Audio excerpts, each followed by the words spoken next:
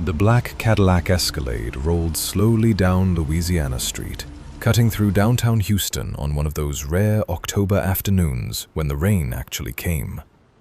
In this city, rain doesn't fall gently. It comes down in sheets, slamming against the windshield like someone hurling buckets of water, then stops dead, then comes again.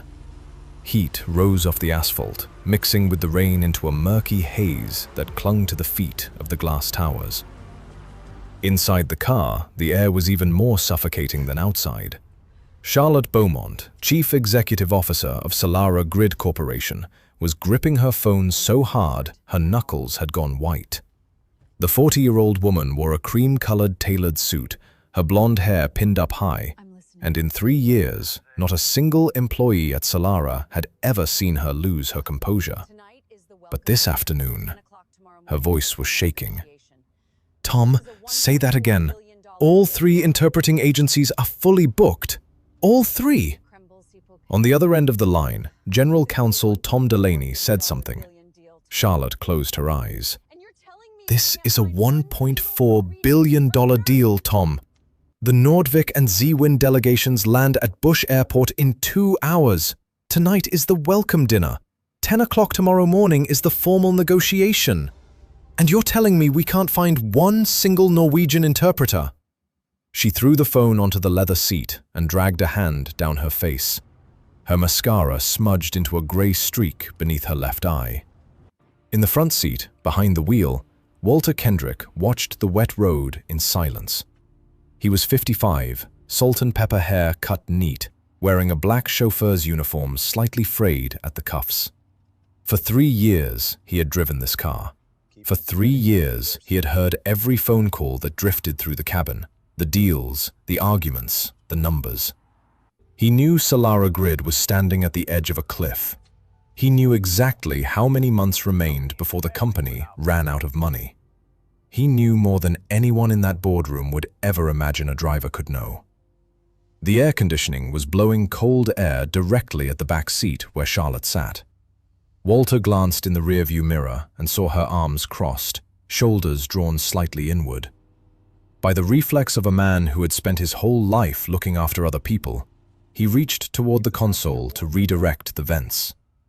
"Hands off." Charlotte's voice shot up like the flash of a blade. Walter's hand froze in midair. "Keep those rough hands of yours off my car." She stared straight at the back of his head through the mirror, her eyes red with exhaustion, but her voice sharp as broken glass. "You think driving for me gives you the right to touch my things? You're hired help. Know your place." The air inside the car turned to stone. Walter slowly returned his hand to the wheel. In the rearview mirror, his gray eyes showed no anger, only something far more tired than anger. The tiredness of a man who had heard words like these long enough that they no longer hurt in the old place, but somewhere deeper. "Raise the partition," Charlotte said, turning her face to the window. "I don't want to look at you." The frosted glass between the 2 compartments slid up with a soft hiss, closing like a border. In 3 years, that pane of glass had gone up and down 1,000 times. Walter had grown used to seeing it, the way a man grows used to a wall in his prison cell, no longer noticing it was there, until days like today. He drove through the intersection of Louisiana and Dallas, where 8 months earlier, in this very car, he had listened to the Munich deal collapse over the speakerphone. One mistranslated clause, a single word in the German contract that meant terminate instead of renew.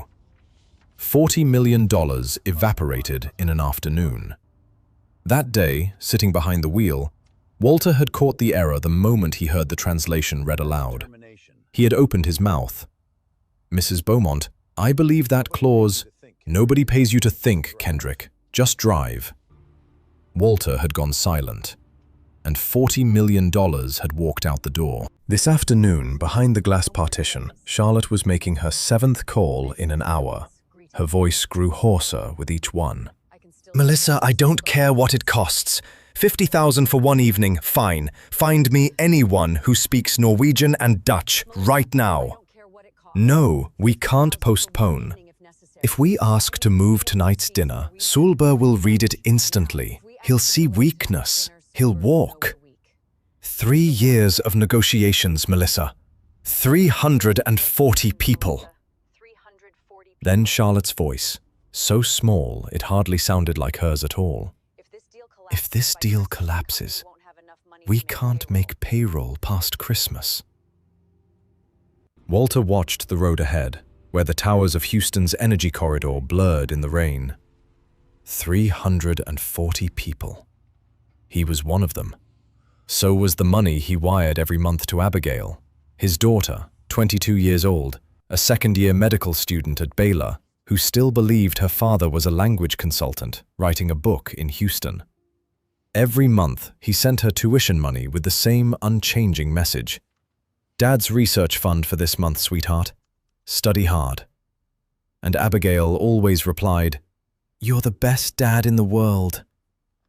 Every time he read that line, Walter would reach over and touch the old leather-strapped watch on his left wrist. A woman's watch, small face, brown leather band polished smooth by the years. It didn't suit a man. He didn't care. He had worn it for 11 months, ever since the night he would never forgive himself for. Behind the partition, there was the sound of glass. Charlotte had poured something from the minibar. Then her voice rose again, this time with Tom Delaney, and this time it broke. "Tom, if they walk, if they—" She never finished the sentence. And that was the moment Walter Kendrick, after 3 years of silence, reached over and pressed the button to lower the partition. The glass slid down. The chill of the rear cabin flooded forward, carrying the scent of perfume and whiskey. "Excuse me, Mrs. Beaumont. Which languages do you need?"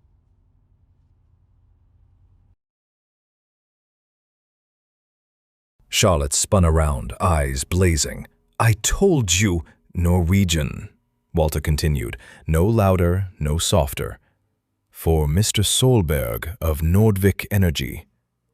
Dutch for Mrs. Van Houten of Zeewind.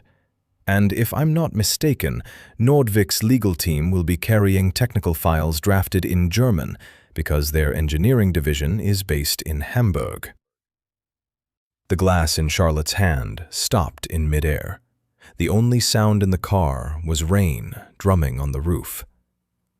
What did you just say?" Walter looked at her through the rearview mirror. Something in that gaze unsettled Charlotte in a way she couldn't name. It was no longer the gaze of the quiet driver of the past 3 years. It was the gaze of a man assessing a situation.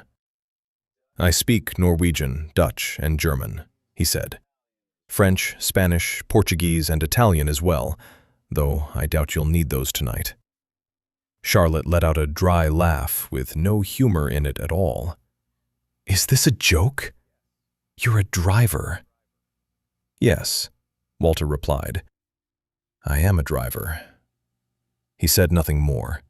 He didn't mention the 22 years, didn't mention the rooms he had once stood in, the names he had once served.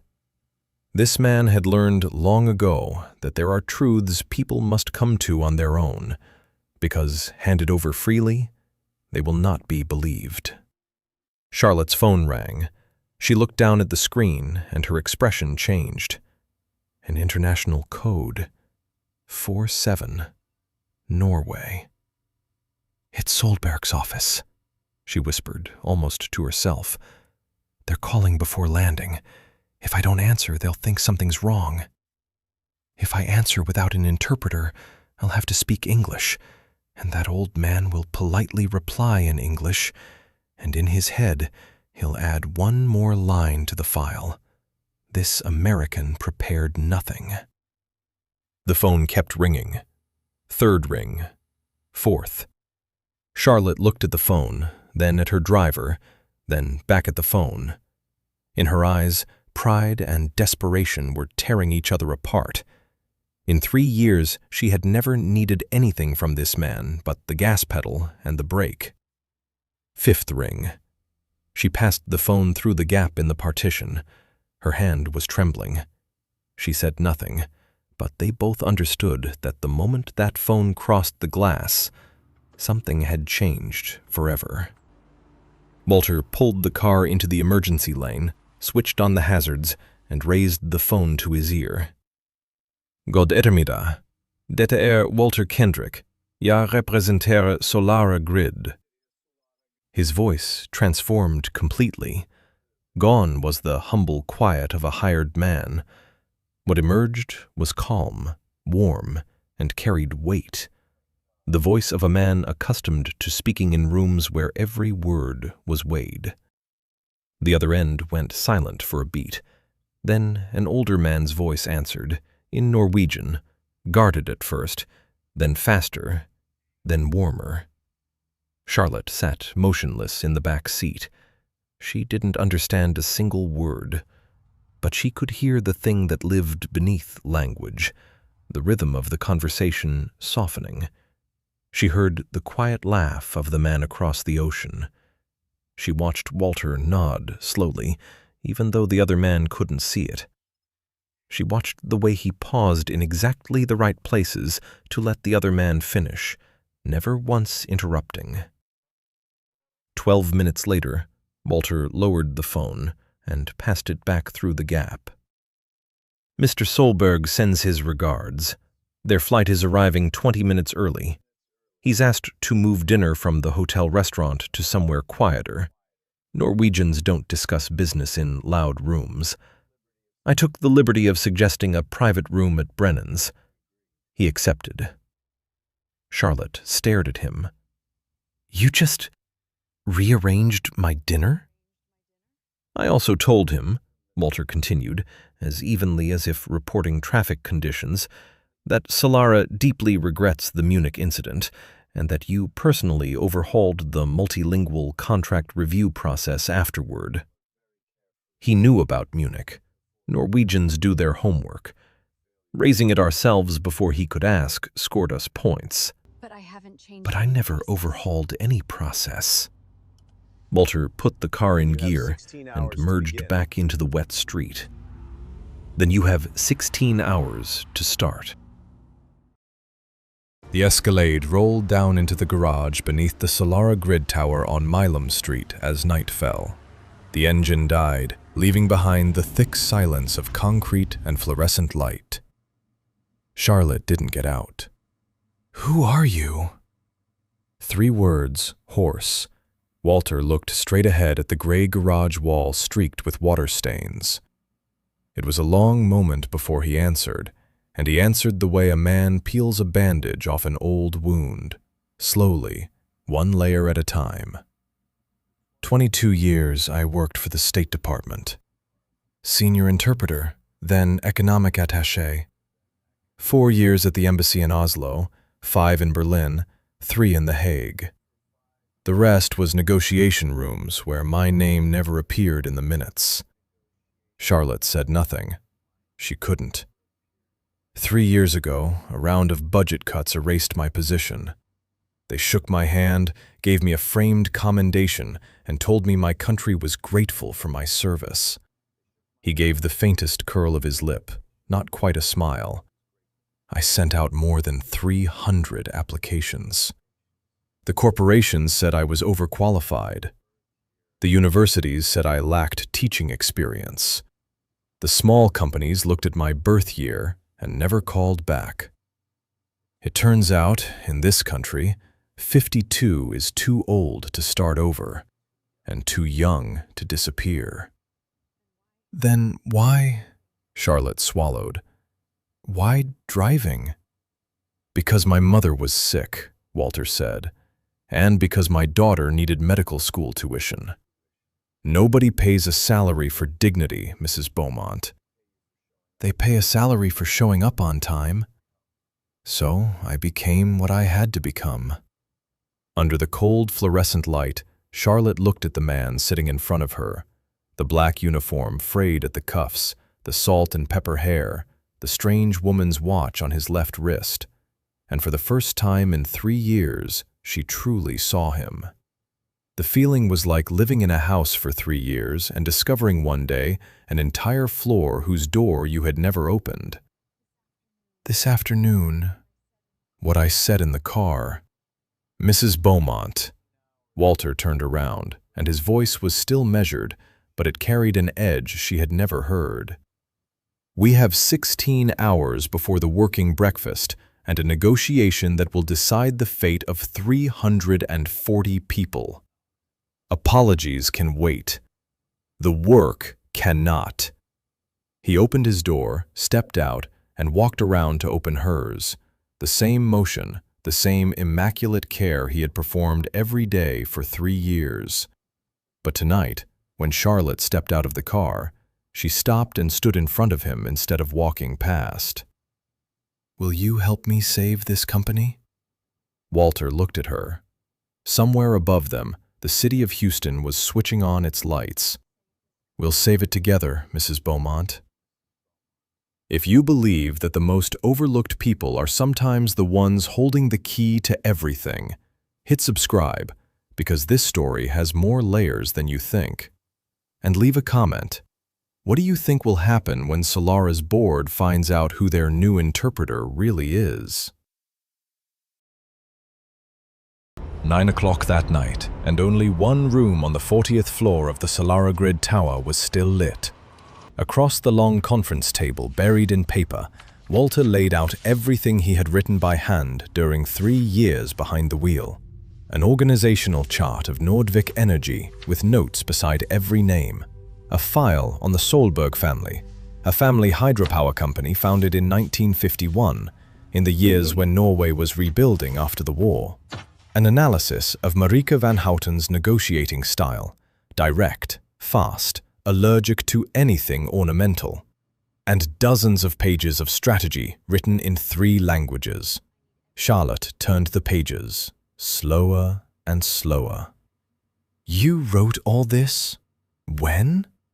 "I've had quite a lot of free time these past 3 years, Mrs. Beaumont," Walter replied without looking up. "People discuss everything in cars.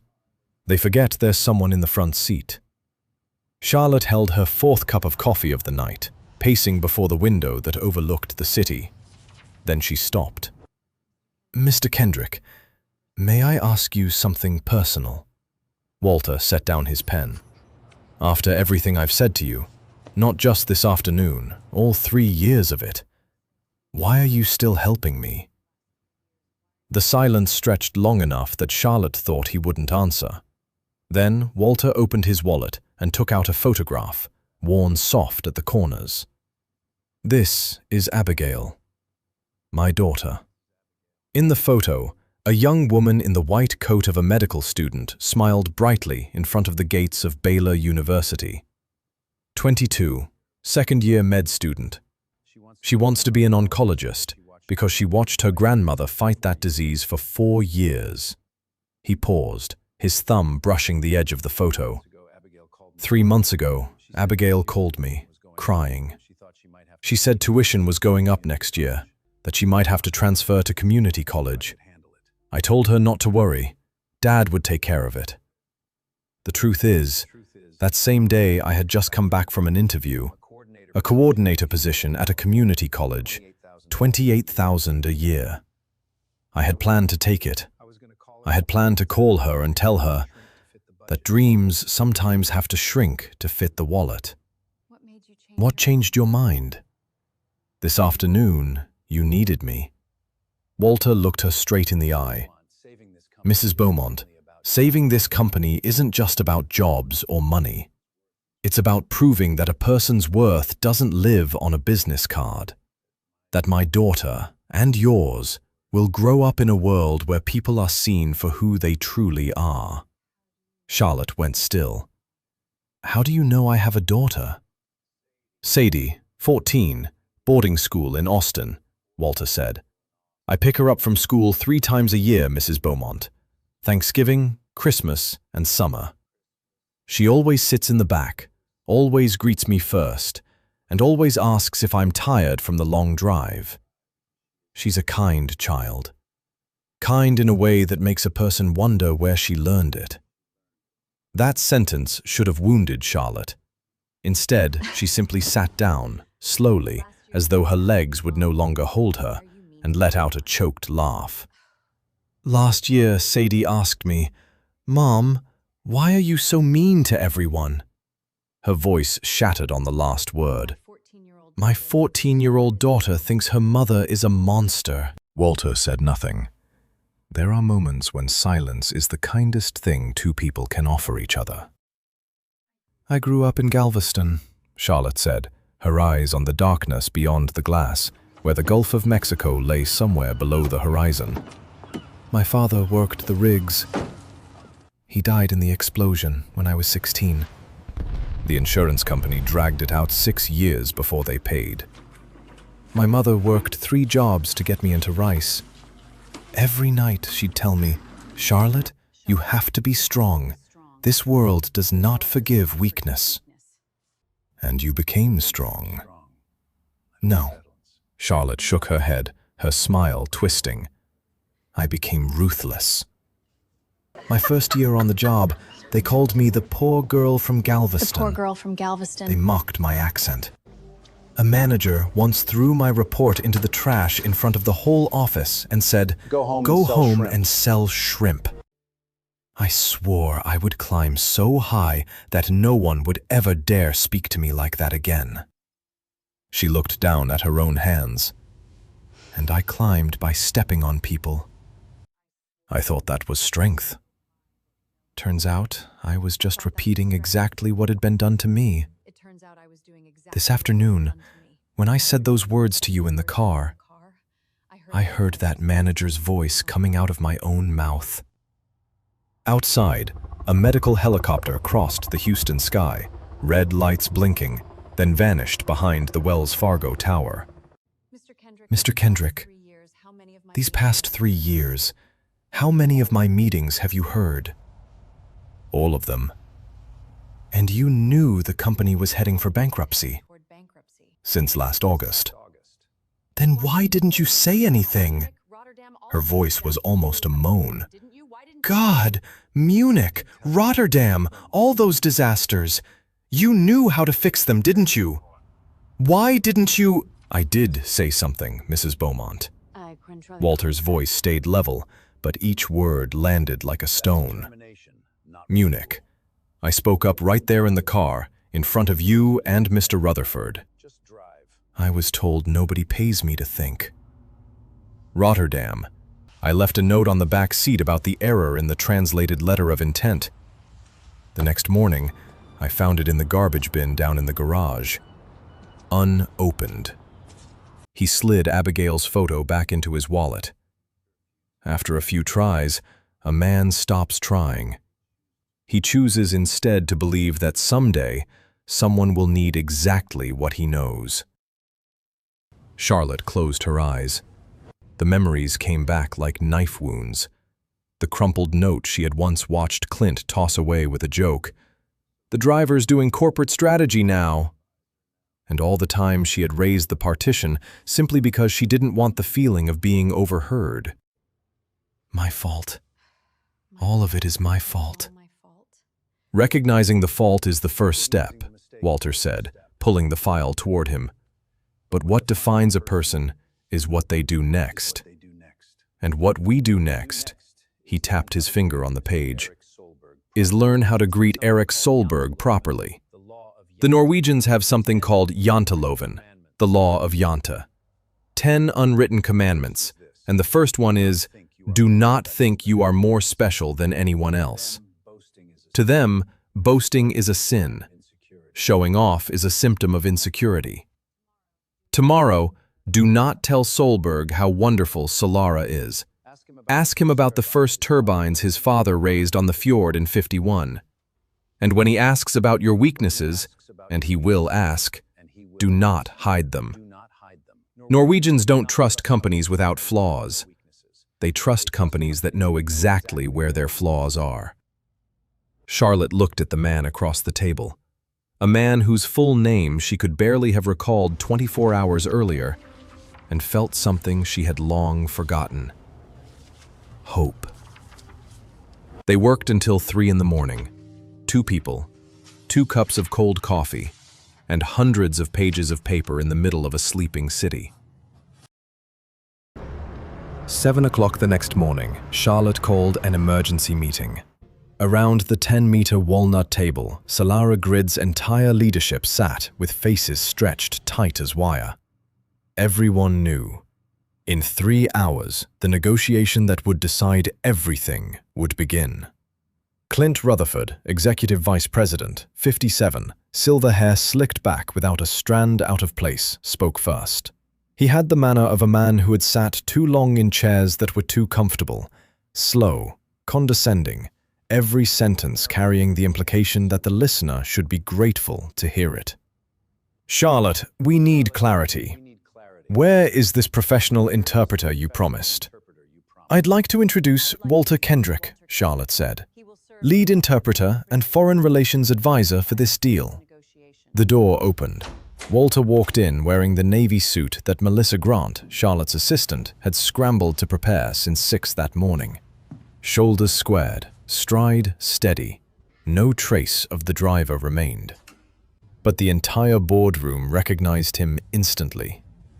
Hold on, Clint's voice sliced through the air. Isn't this your driver?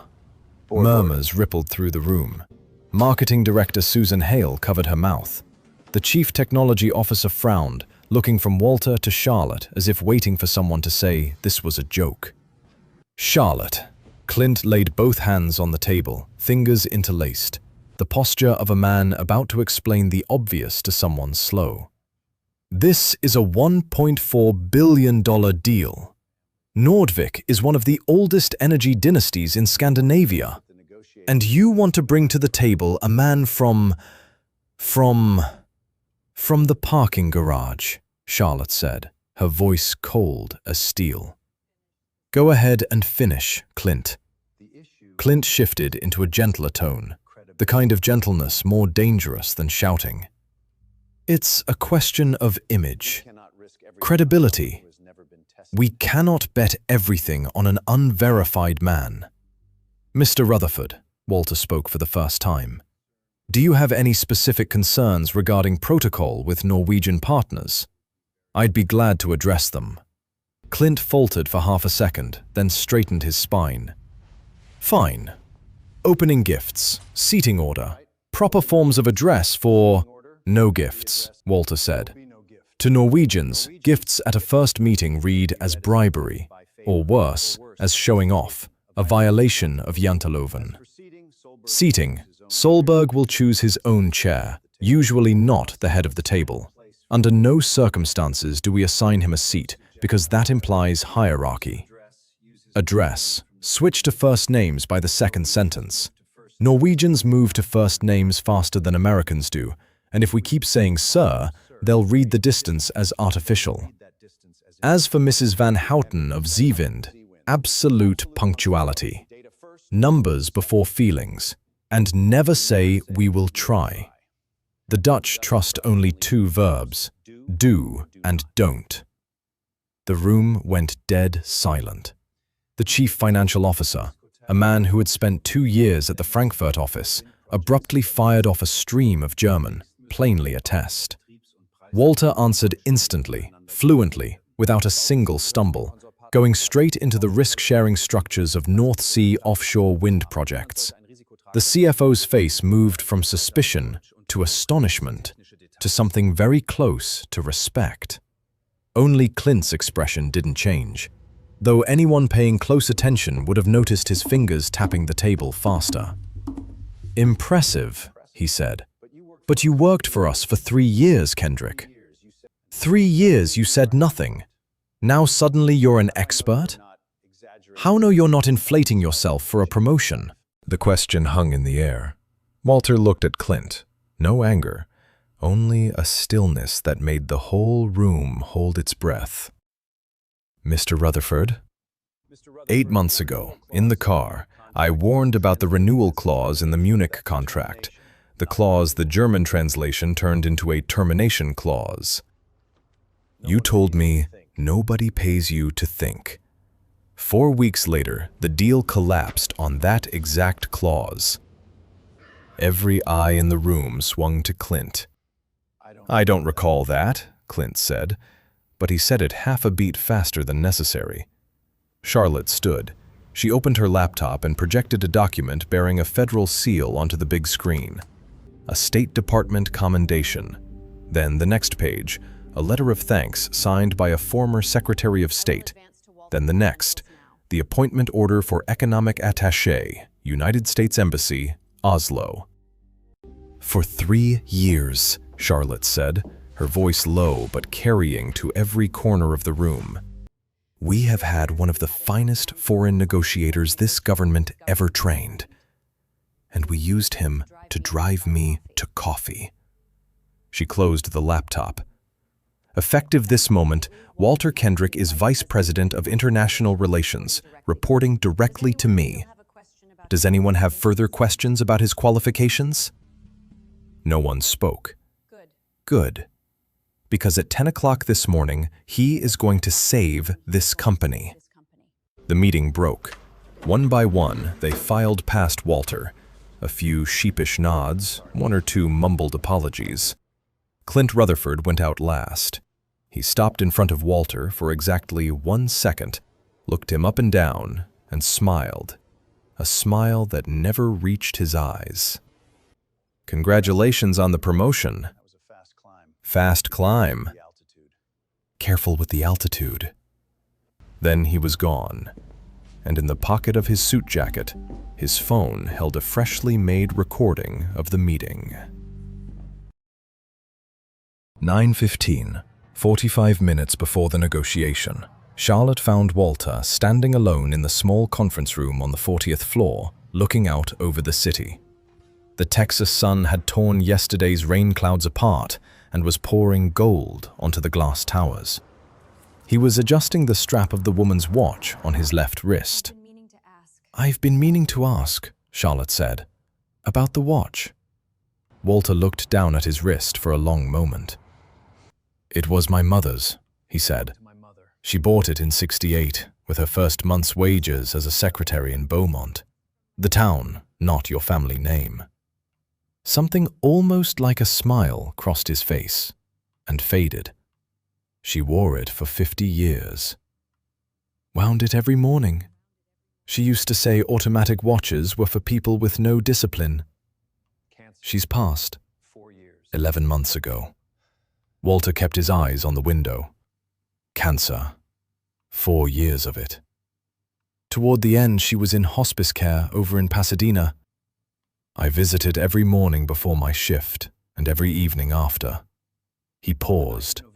When he continued, his voice didn't shake, but it slowed, like a man walking on thin ice. "The night of November 8th, the hospice called me at 9:20 in the evening. They said I should come, that it wouldn't be long." Charlotte felt a cold current run down her spine. November 8th. Something in that date was knocking on a door in her memory. "That night I was working," Walter said. "A gala in the museum district. I messaged the coordinator asking to leave early for a family emergency. The answer I received was that drivers wait until their clients leave the event, no exceptions, and that if I abandoned my post, I needn't come back in the morning." He spoke without a trace of bitterness, and it was precisely that absence that made every word land twice as heavy. "I needed that job. Abigail's spring tuition was due in 3 weeks. So I sat in the car in the parking lot for 3 hours, watching the lights of the party through the windshield." November 8th. Charlotte remembered now. The Texas Energy Association fundraising gala. She had stayed until midnight because of a conversation with the governor. She remembered walking out to the car at 12:20, warm with wine, and complaining to her driver that the air conditioning was too cold. "My mother passed at 11:40 that night," Walter said. "I reached the hospice just before 1. They had already drawn the sheet. On the nightstand was this watch, stopped, because that morning she'd been too weak to wind it, and I had come in too rushed to notice." He turned his wrist slightly, the small face catching the sunlight. There was one voicemail left at 7 that evening. I listened to it in the hospice parking lot. She said, "Walter, don't you worry about me. I don't need you to be successful. I just need you to come home for dinner now and then." Charlotte stood in the middle of that sunlit room and felt the floor vanish beneath her feet. There was no apology for this. No vice presidency. No salary. No billion-dollar deal that could buy back 3 hours in a parking lot on the night of November 8th. Some doors, once closed, are closed forever. And she had just realized she was the one who had been leaning against that door from the other side without ever knowing. Walter. His name left her mouth for the first time without the surname attached. That night, the client at that gala. "I know what you're about to say," Walter cut in. "Don't. You didn't write that rule. You didn't even know I had a mother." He turned to look at her, and in his eyes there was no cheap forgiveness, and no accusation either, only the truth, bare and calm. "But that is precisely the point, Mrs. Beaumont. It isn't cruelty. Cruelty is rare. The thing that kills people an inch at a time is not being seen. A whole system of people not seeing each other." He pulled his suit cuff down over the watch. 10:15. "Solberg is never late, which means he's already in the lobby. Shall we?" Charlotte nodded. She followed him to the elevator, and for all 40 floors down, she couldn't say a word. In the elevator's mirrored wall, she saw her own reflection, and for the first time in years, she didn't look away. The grand conference room at the Lancaster Hotel had been chosen instead of Solara headquarters, Walter's suggestion. "Neutral ground," he had explained, "so they never feel summoned." Eric Solberg was 71, lean and straight as a mast, dressed in a grey suit with nothing remarkable about it except its flawless tailoring. He shook hands briefly, firmly, looked people straight in the eye, and, exactly as Walter had predicted, pulled out a chair in the middle of the long table, rather than at its head. Marika van Houten, 54, ash-blonde hair cropped short, placed her wristwatch on the table the moment she sat down, a wordless declaration of what she valued. Charlotte opened exactly as rehearsed. No glossy slides, no corporate video. She spoke about the grid, about Solara's 340 engineers and workers. And then, precisely as Walter had instructed, she did the thing no communications consultant would ever have allowed her to do. "Before you ask, I want to name our cracks myself. Munich collapsed because of our failure, a translation error that would have been caught if we had known how to listen to the right person. Rotterdam went cold because of our arrogance, and Solara's financial situation is harder than what the papers print. I am not here to sell you a perfect company. I am here because I believe 3 imperfect companies, joined the right way, make something stronger than any perfect company ever could." Walter rendered it into Norwegian, not merely translating the words, but translating the candor itself, preserving the plainness of her phrasing, because he knew that to Solberg, plainness was gold. The old Norwegian was silent for a very long time. The Americans in the room began to fidget, all except Walter, who had warned them in advance. When Solberg goes quiet, do not fill the silence. Norwegian silence is thought, not refusal. At last, Solberg nodded, slowly, and spoke through Walter. "My father raised his first turbine on the Numedalslågen River in 51, when Norway was still poor. He had a saying, 'Water finds the cracks in the rock, and that is how light gets made.'" His pale blue eyes settled on Charlotte. "You are the first American CEO I have ever met who opened with her own cracks. Let us continue." For the next 2 hours, The negotiation flowed through 3 languages and dozens of clauses. Walter conducted that current like an orchestra leader, firm on finance, gentle on people, shifting from Van Houten's cold numbers Dutch to Solberg's unhurried Norwegian without missing a beat. No one in the room remembered anymore who he had been. Or rather, no one could see why it mattered. At 12:15, both sides reached agreement in principle. The signing of the memorandum was set for 4 o'clock that afternoon. And that was when everything fell apart. At 1:30, while the Solara team was grabbing a quick lunch on the hotel's ground floor, Marieke van Houten's phone buzzed. She read the screen. Her already cool face froze over into ice. At 1:45, Solberg's secretary knocked on the Norwegian delegation's suite with a printout in hand. At 2 o'clock sharp, Tom Delaney burst into the anteroom where Charlotte and Walter were reviewing the signing documents, his face white as paper. Someone sent both partners an anonymous package. The incident report from the cyber attack on our Austin data center 3 weeks ago, the one the tech team stopped.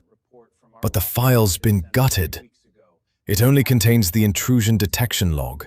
The entire remediation section is missing. Read cold, anyone would conclude our systems were breached and that we deliberately hid it from our partners. Who sent it?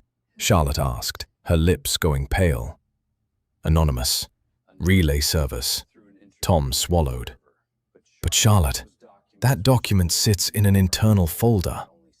6 people have access. At 5 minutes to 4, the conference room at the Lancaster was no longer the room of that morning. The Norwegian and Dutch delegations sat straight as statues.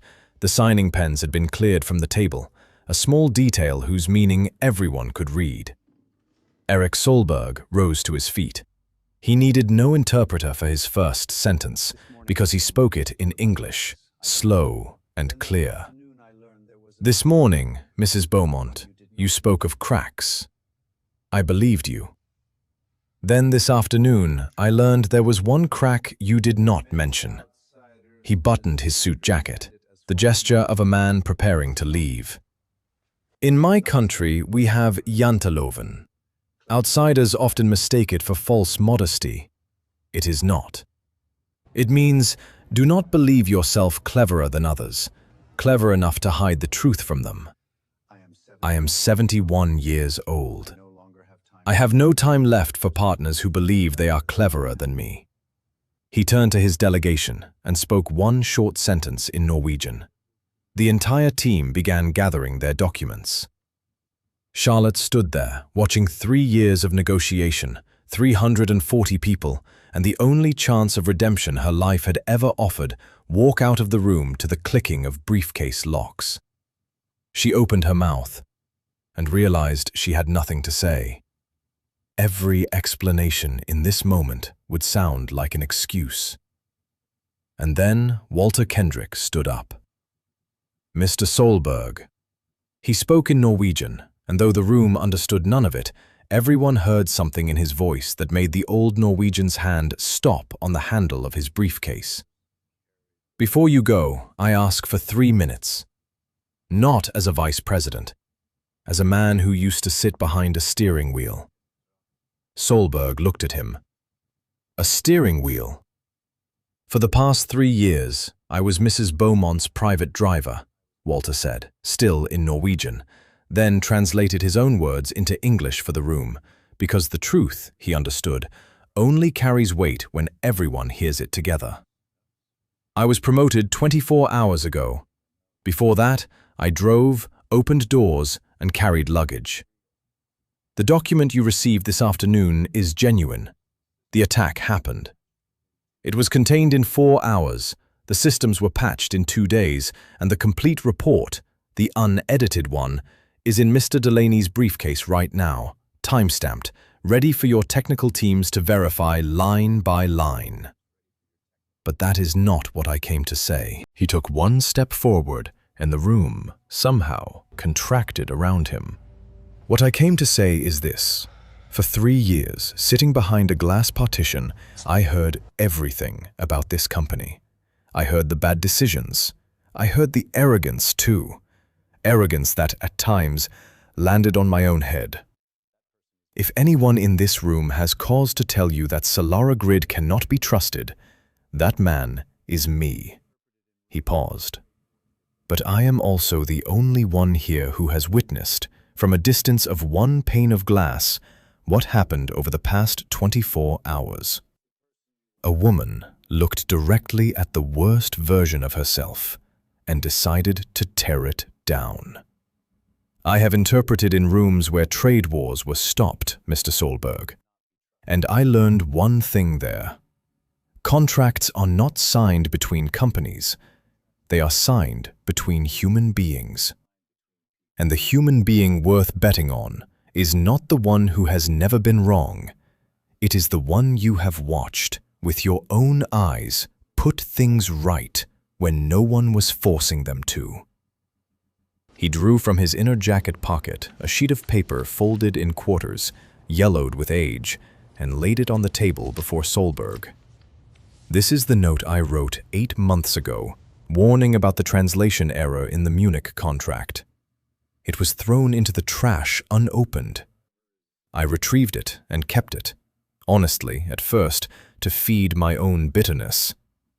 But today I hand it to you for a different reason. The company that threw this piece of paper away no longer exists. The woman standing there dissolved it this morning in front of her entire board when she appointed her own driver vice president, not because he was loyal, but because he was right. Mr. Solberg, you flew 9,000 kilometers to answer one question. Do these people see the truth, even when the truth shames them? I am living proof that the answer, as of today, is yes. The room was silent for a very long time. Eric Solberg picked up the yellowed note and read it, though he did not need to. Then he looked at Charlotte. Mrs. Beaumont. The story he tells about the partition, is it true? Charlotte could have softened it, could have dressed it up. Instead, she heard her own voice come out, stripped bare.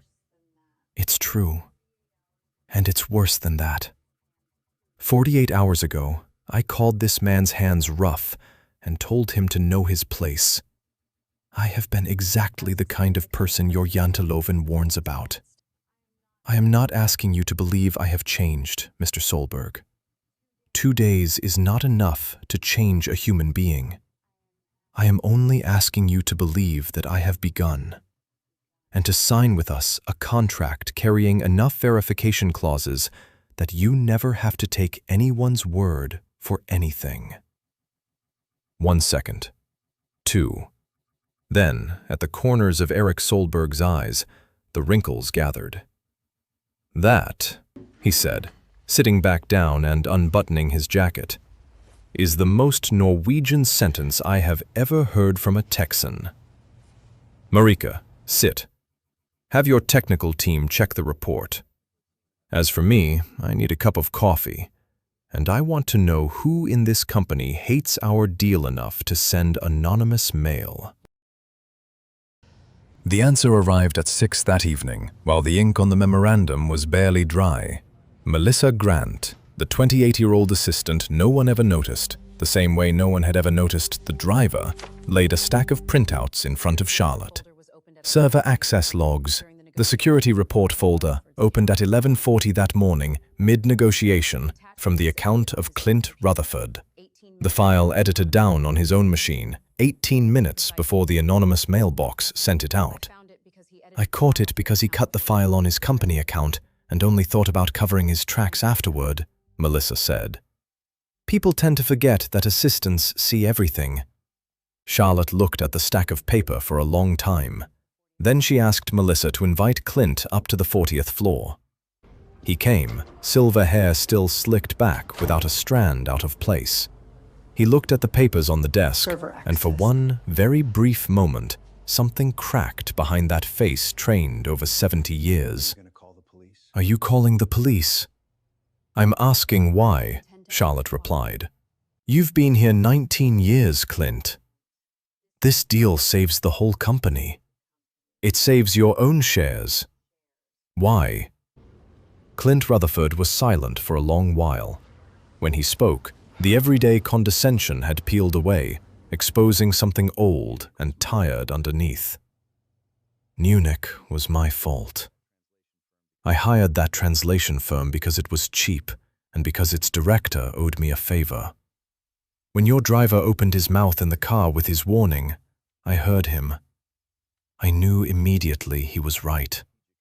And I crushed him, because if he was right, the outsourcing file would get reopened, and my signature was on it. He laughed, one short laugh with nothing in it.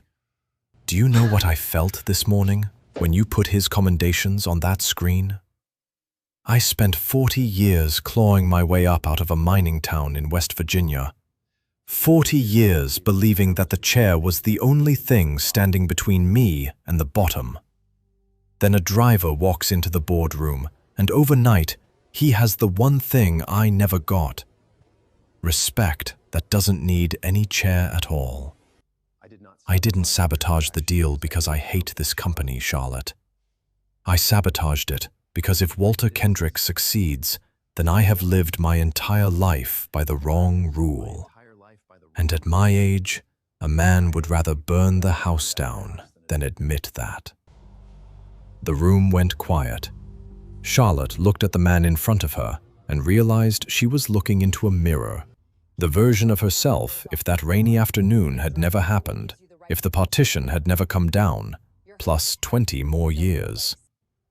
Your resignation, she said, on my desk before 8 tomorrow morning. In exchange, this stack of paper never leaves this room. Not because you've earned mercy, Clint, but because I have just learned that grinding a human being into the ground never made anyone stronger. Clint Rutherford nodded. At the door, he stopped without turning around. He's good.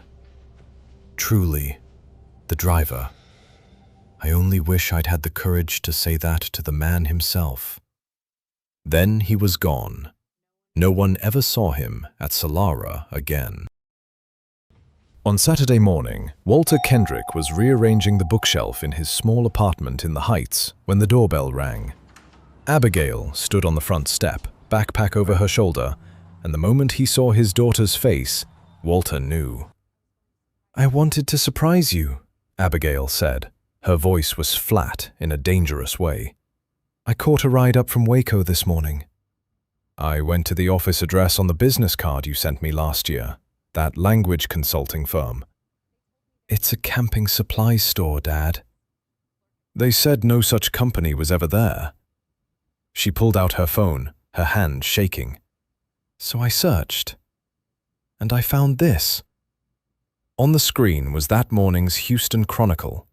$1.4 billion three-way deal saves Solara Grid, and the unbelievable story of the driver who became a vice president.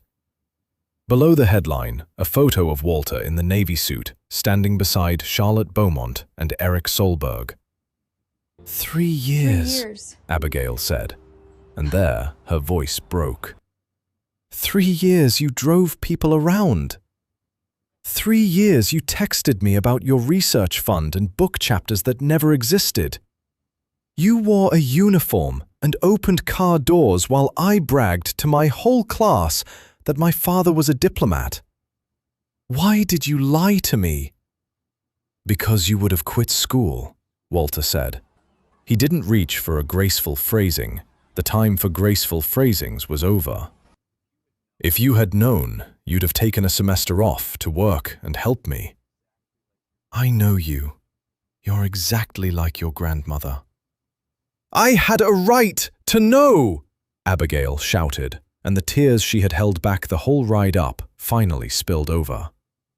I had a right to choose. You think I'd be ashamed of a father who drives? What do you think I'm studying medicine for? To treat people with nice business cards? What hurts isn't that you were a driver, Dad. It's that you believed you had to hide it from me. It's that for 3 years, every time I texted "you're the best dad in the world," you read it in some parking lot somewhere, thinking that if I knew the truth, I'd stop saying it. Walter stood, frozen. A whole career spent finding the precise word in 8 languages, and in this moment, he could not find a single one in any of them. "Did Grandma know?" Abigail asked. "Before she died. Did she know?" "She knew," Walter said.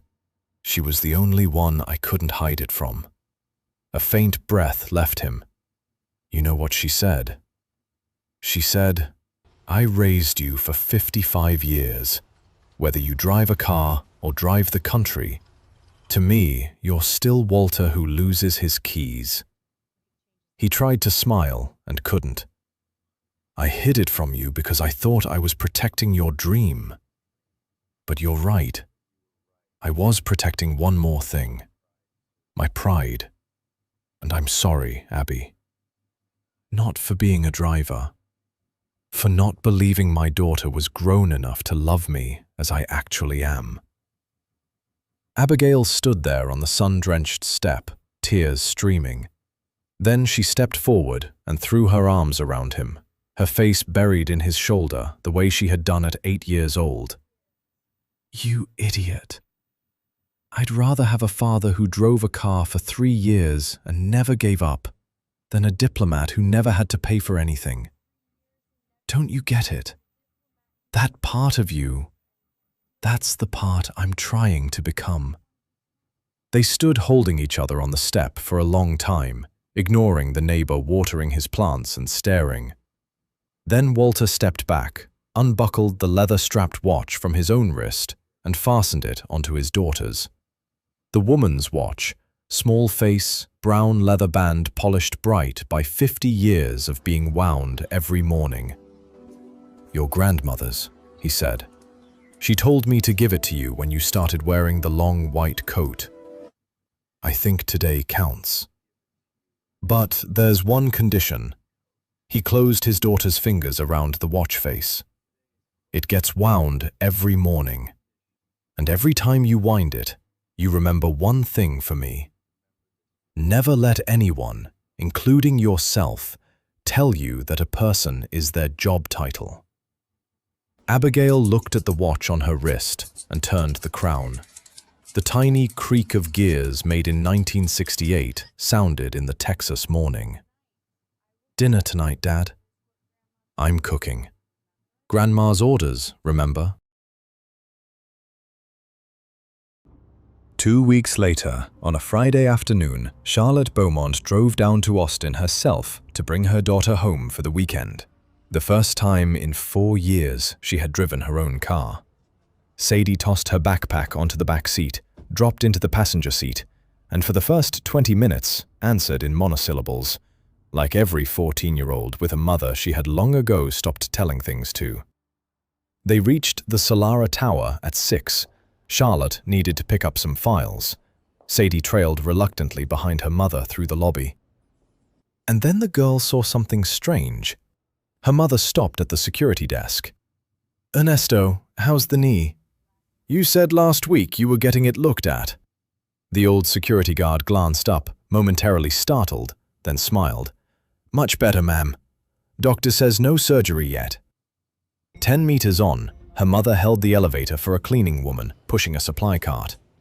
In the elevator, the two of them talked about her son's high school entrance exams. Her mother remembered the boy's name, Marcus, and remembered which school he was testing into. On the 40th floor, passing an office still lit, her mother stopped once more. A man with salt and pepper hair looked up from a stack of files. "Walter, go home. It's Friday. Abigail's coming up this weekend, isn't she?" "Just about to leave," the man replied. Then he saw Sadie and smiled. "Hello, Miss Sadie. It's been a while. Still playing the saxophone?" "Still am," Sadie answered, wide-eyed, because she remembered him. The driver who picked her up every school break. the only person at her mother's company who had ever asked about her school band. You work up here now? Long story, Walter said, his eyes glinting. Have your mother tell it. She tells the beginning best, because in the beginning, your mother is the villain. On the drive home, Sadie was quiet for a long time. The lights of Highway 290 slid across the glass. Then the girl turned and studied her mother the way you study an old acquaintance you haven't seen in years. Mom, she said, tell it. Start from the part where you're the villain. And Charlotte Beaumont, both hands on the wheel, drew a long breath and told it. All of it, skipping nothing, including the words spoken in the car that rainy afternoon, including the night of November 8th. Sadie listened without interrupting once. When her mother finished, the girl did not say, "I forgive you," or any of the lines people say in movies. She simply reached over, opened the car's music menu, picked a song, and turned it down low enough to talk over. I'll watch the road signs for you. You've been driving a while. If your eyes get tired, tell me. From a 14-year-old, that was the closest sentence to, "I still love you, Mom," that she knew how to say. And Charlotte, eyes fixed on the road, reached up to adjust the rear-view mirror, really to wipe the corner of her eye, quickly, before her daughter could see. Monday morning, the black Escalade pulled out of the garage beneath the Solara Tower and merged into the traffic on Milam Street. The glass partition had been removed from the car entirely the week before, at Charlotte's request.